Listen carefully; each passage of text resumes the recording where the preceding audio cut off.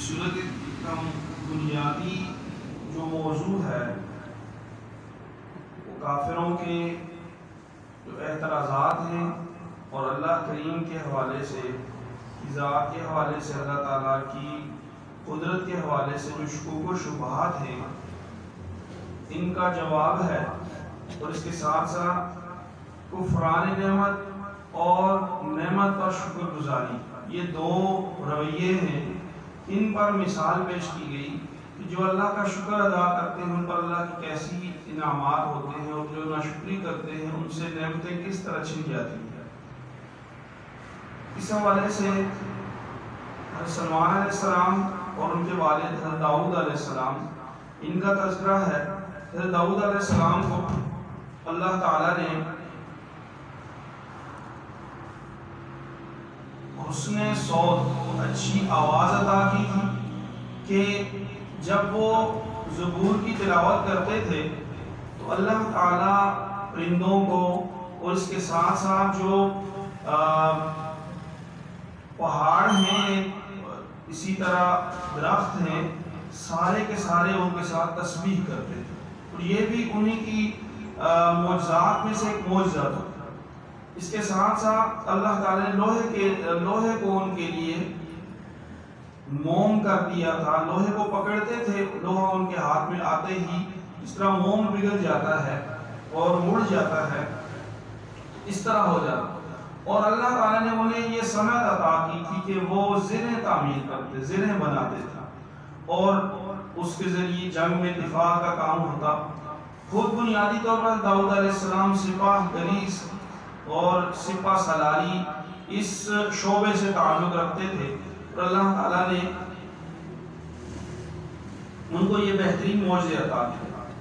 دوسرے ان کے بیٹے حضرت سلیمان علیہ السلام، انہیں اللہ تعالیٰ نے ایسی حکومت عطا کی جو ان سے پہلے بھی کسی کو نہیں ملی اور ان کے بعد بھی کسی کو نہیں ملی، کہ اللہ تعالیٰ نے انہیں ہر مخلوق کے اوپر سلطنت اور حکومت عطا کی، جنات، اسی طرح چرند پرند اور جانور،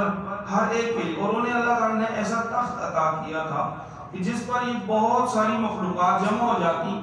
اور اس تخت کا صبح اور شام کا جو سفر ہوتا تھا وہ 2 ماہ کی مسافت کا ہوتا۔ صبح جو سفر کرتا تو اتنا وہ سفر کر لیتا الٹا جتنا 1 مہینے کی مسافت میں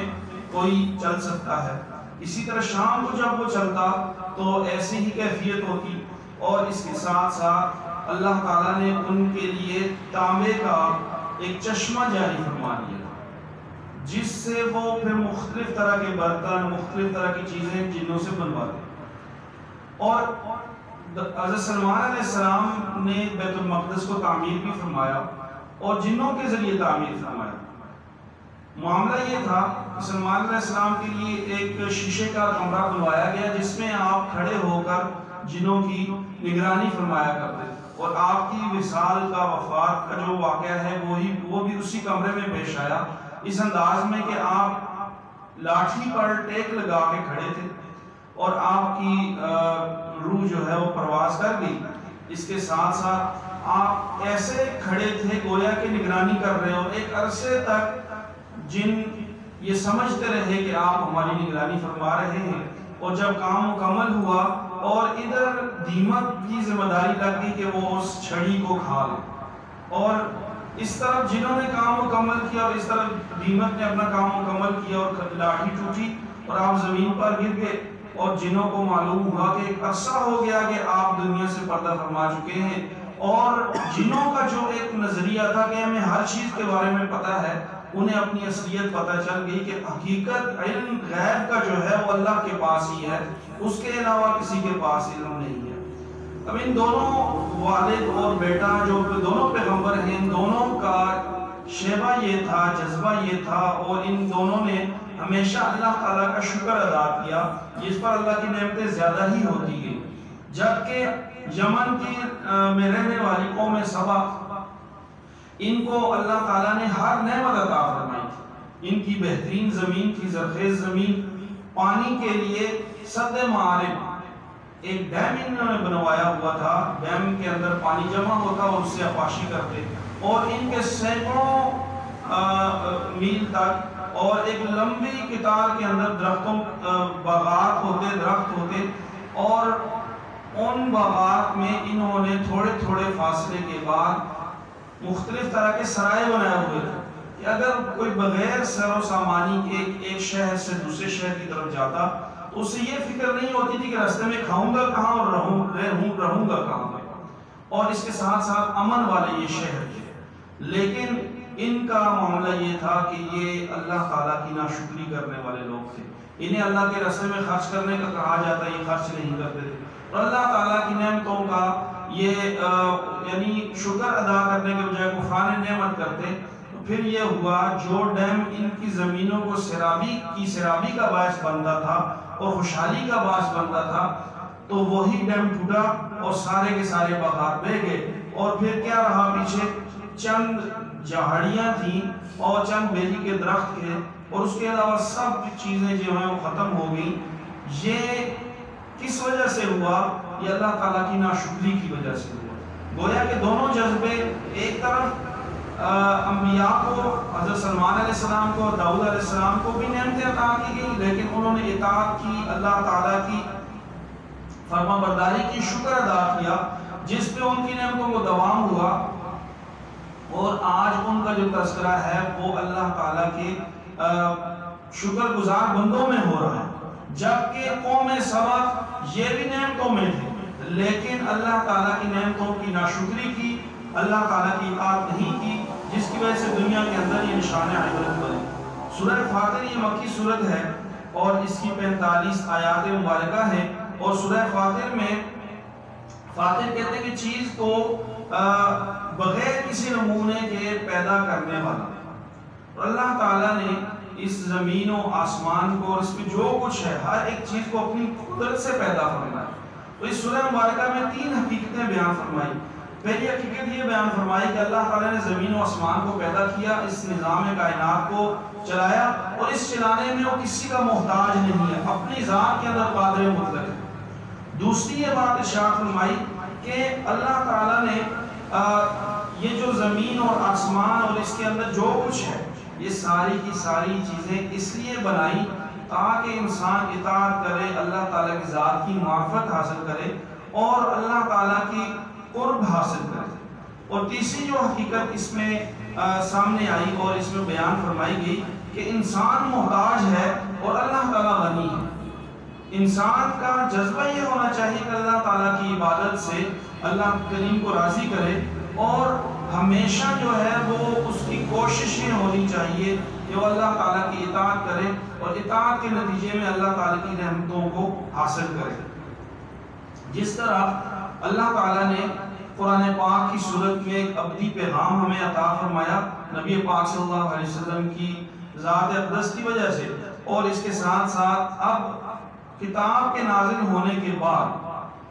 مسلمانوں کے 3 طبقات ہو جاتے ہیں۔ پہلا طبقہ وہ ہے کہ اللہ کی کتاب تو نصیب ہوئی لیکن یہ خواہشات کے پیچھے چل گئے اور ان کی نیکیاں انتہائی کم اور بدیاں بہت زیادہ ہیں۔ دوسرے وہ لوگ ہیں جو متوسط ہیں، ان کی نیکیاں بدیاں برابر ہیں، اور تیسرے وہ لوگ ہیں جو سابقون الاولون ہیں اور خیرات میں، نیک کاموں میں وہ بڑھ چڑھ کے حصہ لینے والے، مسابقت کرنے والے ہیں، اور یہ لوگ اعلیٰ درجوں پہ ہیں۔ بغیر اللہ تعالیٰ کی رحمت کے ذریعے انہیں جو ہے وہ بڑے بڑے درجات عطا ہوں گے، اور جو درمیان میں ہیں یہ اللہ تعالیٰ کی رحمت کے محتاج ہیں۔ اللہ تعالیٰ چاہیں تو ان کو سزا دیں، چاہیں تو ان کو جنت میں داخل کریں، اور پہلے جو لوگ ہیں جن کی بدیاں زیادہ ہیں انہیں اپنے اعمال کی سزا بھگتنا پڑے گی، اور اس کے بعد پھر یہ بھی جنت میں داخل ہو جائیں گے۔ سورہ یاسین قرآن پاک کا دل ہے، اور سورہ یاسین کے فضائل میں سے فضیلت یہ ہے کہ جس عمل کے لیے بھی پڑھی جائے، اعمال کی بھی تفصیل ہے، ہر ایک کی ضرورت حاجت، کہ جس حاجت کے لیے، جس ضرورت کے لیے سورہ یاسین کو پڑھا جائے اللہ تعالیٰ وہ حاجت پوری فرماتے ہیں۔ گویا کہ سورہ یاسین عطا کر کے اللہ تعالیٰ نے اپنے خزانوں سے لینے کی ہمیں کنجی عطا فرما دی، چابی دے دی کہ ہم سورہ یاسین پڑھیں اور اللہ تعالیٰ سے دعا مانگیں، اور اس اعتبار سے مانگیں کہ اللہ تعالیٰ مجھے عطا کریں گے تو اللہ تعالیٰ ضرور عطا فرمائیں گے۔ سورہ یاسین کے اندر ان بستی والوں کا تذکرہ ہے جن کے پاس اللہ کی طرف دعوت دینے والے آئے اور انہوں نے ان کی دعوت کو جھٹلایا ہی نہیں بلکہ جو ان کی تائید کرنے والے تھے حبیب نجار اسے شہید کر دیا۔ جب اس شہادت کے مرتبے پر یہ فائز ہوئے تو انہوں نے حسرت کی کہ اللہ تعالیٰ نے مجھے کتنے انعامات دیے اور یہ جو لوگ جو اللہ تعالیٰ کی نافرمانی کے مرتکب ہوئے ہیں یہ کاش اس طرح نہ کرتے۔ اور ہو کیا سکتا تھا، اب جو حبیب نجار نے سعادت حاصل کرنی تھی وہ حاصل کر چکا اور ان کے ذمہ جو بدبختی آنی تھی انہوں نے حاصل کر لی۔ اس کے ساتھ ساتھ آفاقی مثالیں، آفاقی نظائر، آفاقی ایسی چیزیں جو ہمیں بظاہر نظر آتی، سورج ہے، چاند ہے، آسمان ہے، زمین ہے، دن رات ہیں، ان میں اللہ کی نشانیاں ہیں۔ نہ صرف یہ چیزیں بلکہ انسان کی ذات کے اندر اللہ تعالیٰ کی کتنی نشانیاں ہیں، اور دعوت ہے کہ انسان ان نشانیوں کو دیکھتے ہوئے اللہ تعالیٰ کی ذات کو پہچانے۔ اس سے قبل کہ نفع اولا ہو جائے، نفع اولا کہتے ہیں کہ پہلا سور بھوکا جانا، کہ جب ہر ایک انسان دن صبح 9 بجے کا وقت ہو، ہر ایک اپنے اپنے کاروبار کی طرف جا رہا ہے، کسان اپنے کھیتوں کی طرف، مزدور اپنی مزدوری پہ، گھریلو خواتین اپنے کام کاج میں، ہر ایک اپنے اپنے کام کو شروع کر رہا ہے۔ اس وقت ہلکی ہلکی سی آواز شروع ہوگی اور پھر یہ آواز شدت اختیار کرتی جائے گی اور اس کی فریکوینسی اتنی زیادہ ہوگی کہ پھر ہر چیز تباہ ہونی شروع ہو جائے گی۔ یہ نفع اولا ہے اور ہر ایک چیز کو موت آ جائے گی۔ پھر دوسرا نفع ہوگا، اس میں عرش کے فرشتوں کو بھی موت آ جائے گی اور پھر اس وقت یہ اعلان ہوگا لمن الملک اليوم، کہ آج کے دن کس کی بادشاہ ہے؟ جواب دینے والا کوئی نہیں ہوگا سوائے اللہ تعالیٰ کی ذات کے، اور اللہ تعالیٰ ارشاد فرمائیں گے للہ الواحد القہار، کہ آج صرف جو ہے وہ اس اللہ کی بادشاہت ہے جو اکیلا ہے اور غالب ہے۔ اور پھر تیسرا نفع ہوگا جب ہر ایک حساب کتاب کے میدان کی طرف کوئی سواریوں پہ، عالی شان سواریوں پہ آ رہے ہوں گے، کوئی پیادل آ رہے ہوں گے اور کئیوں کو منہ کے بل گھسیٹ کر اس کی طرف لایا جا رہا ہو، اور پھر ہر ایک اپنے کیے کا حساب چکائے گا اور ہر ایک کو وہی ملے گا جو اس نے کیا۔ اور اس دن زبانوں کو پر مہر لگا دی جائے گی، منہ پر مہر لگا دی جائے گی، اور انسان کے اعضاء بولیں گے اور انسان کے پاؤں بولیں گے، انسان کی آنکھیں بولیں گی کہ انہوں نے اللہ تعالیٰ کی کیا کیا نافرمانیاں کی۔ اس کے ساتھ اللہ تعالیٰ کی صفت تخلیق، اللہ تعالیٰ نے کیسے انسان کو پیدا کیا، اور ایک مثال دے دی کہ جس طرح اللہ نے بغیر کسی نمونے کے، بغیر کسی سانچے کے پہلی دفعہ انسان کو پیدا کیا، تو وہ ذات حساب کتاب کے لیے دوبارہ اٹھانے پر انسانوں کو قادر ہے۔ اور وہ کافر آیا اور اس نے آ کر نبی پاک صلی اللہ علیہ وسلم کے سامنے بوسیدہ ہڈی کو لیا اور یوں ہاتھ میں مسل کر ہوا میں پھینک دیا، اڑا دیا اور کہا کہ اس کو کون دوبارہ پیدا کرے گا؟ تو اس پر یہ آیت نازل ہوئی، ضرب لنا مثلا ونسی خلقہ، ہمارے لیے مثالیں بیان کر رہا ہے اور اپنی تخلیق کو بھول گیا کہ یہ کچھ تھا ہی نہیں، اور پانی سے اس کی ابتدا ہو رہی ہے، اور اب ہڈی کو مسل کر یہ کہہ رہا ہے کہ اس کو دوبارہ کون زندہ کرے گا؟ انسان اپنی تخلیق پر غور کرے، اللہ کی ذات وہ ہے کہ جب وہ ارادہ کرتی ہے ان یقول لہ کن فیکون، تو وہ سوچ اللہ تعالیٰ کا ارادہ ہی تخلیق ہے، وجود ہے، اس لیے اللہ تعالیٰ کے لیے کوئی مثال بیان نہیں کی جا سکتی۔ سورہ صافات کے اندر قیامت کا ذکر ہے اور اللہ تعالیٰ کے ساتھ جو جس مخلوق کی نسبت کی جاتی ہے فرشتوں کی کہ اللہ کی بیٹیاں ہیں، اس کی نفی کی گئی کہ اللہ تعالیٰ ہر چیز سے مورا ہے، اور الہکم الہ واحد، تمہارا الہ صرف ایک اللہ ہی ہے۔ اور اس کے بعد پھر جنتیوں اور جہنمیوں کا تذکرہ ہے، اور پھر اس کی مثال میں انبیاء کرام حضرت عیسیٰ علیہ السلام، حضرت موسیٰ علیہ السلام، حضرت لوط علیہ السلام، حضرت الیاس علیہ السلام، حضرت ابراہیم علیہ السلام، ان کا تذکرہ مثال کے طور پر ارشاد فرمایا۔ اور پھر ابراہیم علیہ السلام اور اسماعیل علیہ السلام کا جو اطاعت ہے کہ ابراہیم علیہ السلام کو خواب آیا اور بچے سے بیان فرمایا اور وہ تیار ہو گئے کہ جو آپ کو حکم ہوا ہے وہ آپ کر لیجئے، اور پھر اللہ تعالیٰ کے حضور قربانی کے لیے پیش ہو گئے۔ یہ اطاعت تھی اور یہ بن دیکھے اطاعت ہے۔ یہی ہم سے مطلوب ہے۔ اس سے پہلے کہ غرغرہ کی کیفیت آئے، اللہ تعالیٰ کی مہلت ختم ہو، اللہ تعالیٰ کی جو احکامات ہیں ان کو ہم ان پر عمل کرنے میں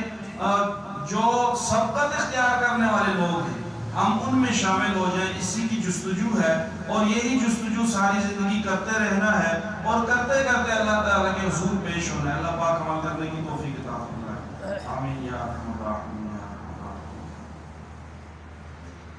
اللهم انت السلام منك السلام تبارك يا ذا الجلال والاكرام،